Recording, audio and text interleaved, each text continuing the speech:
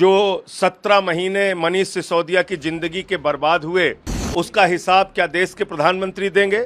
BJP के लोगों का मकसद सिर्फ एक है, विपक्ष के नेताओं को पकड़ पकड़ के जेल में डालो। मनीष सिसोदिया के घर से 1 रुपए बरामद नहीं हुआ था। उनका कोई प्रॉपर्टी नहीं।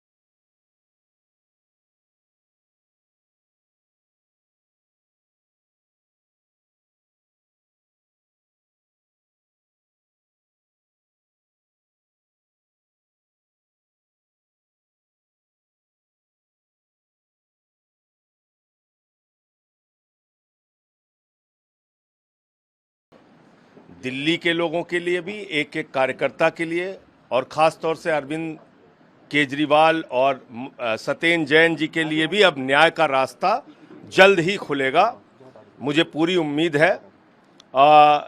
जो 17 महीने मनीष सिसोदिया की जिंदगी के बर्बाद हुए, उसका हिसाब क्या देश के प्रधानमंत्री देंगे?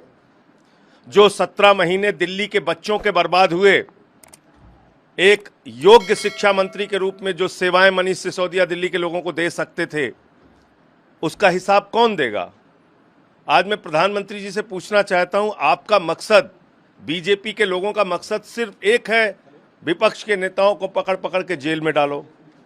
मनीष सिसोदिया के घर से 1 रुपए बरामद नहीं हुआ था।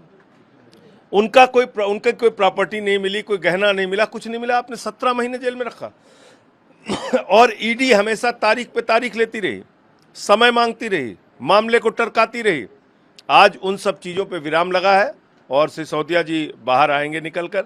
बहुत बड़ी खबर है हम सबके लिए। Supreme Court has today passed a historic judgment. It is historic in so many senses because first time the Supreme Court has come out very widely and said that even if it is PMLA, even it is Section 45, it doesn't matter if it's a prolonged incarceration and there's a delay of trial, you have to release a person out on bail. And it has also advisedly made observations for trial courts and high courts to consider these pleas of accused persons who've been inside for long and the delay has not been proceeding. In all these cases, Supreme Court had said that they should consider prolonged incarceration and release people. Supreme Court has also said that Manish Sisodia has not delayed the trial. All his applications which were moved during the period of 17 months were valid, and it is only CBI and ED which has delayed the investigation. And if the investigation itself is delayed, how can the conclusion of trial be reached? Sir, Supreme Court has imposed several conditions on Sisodia. Can you tell me something about that? No, these are normal bail conditions which you would find in every bail order. One of the conditions is that he has to surrender passport. Every person who gets bail these days has to surrender his passport. The second condition was to go before the IO every Monday and Thursday. That is a normal normal condition which can be imposed in any bail order. So that's nothing much into it. बाकी latest खबरें जानने के लिए channel को subscribe और bell icon को press करना ना भूलें।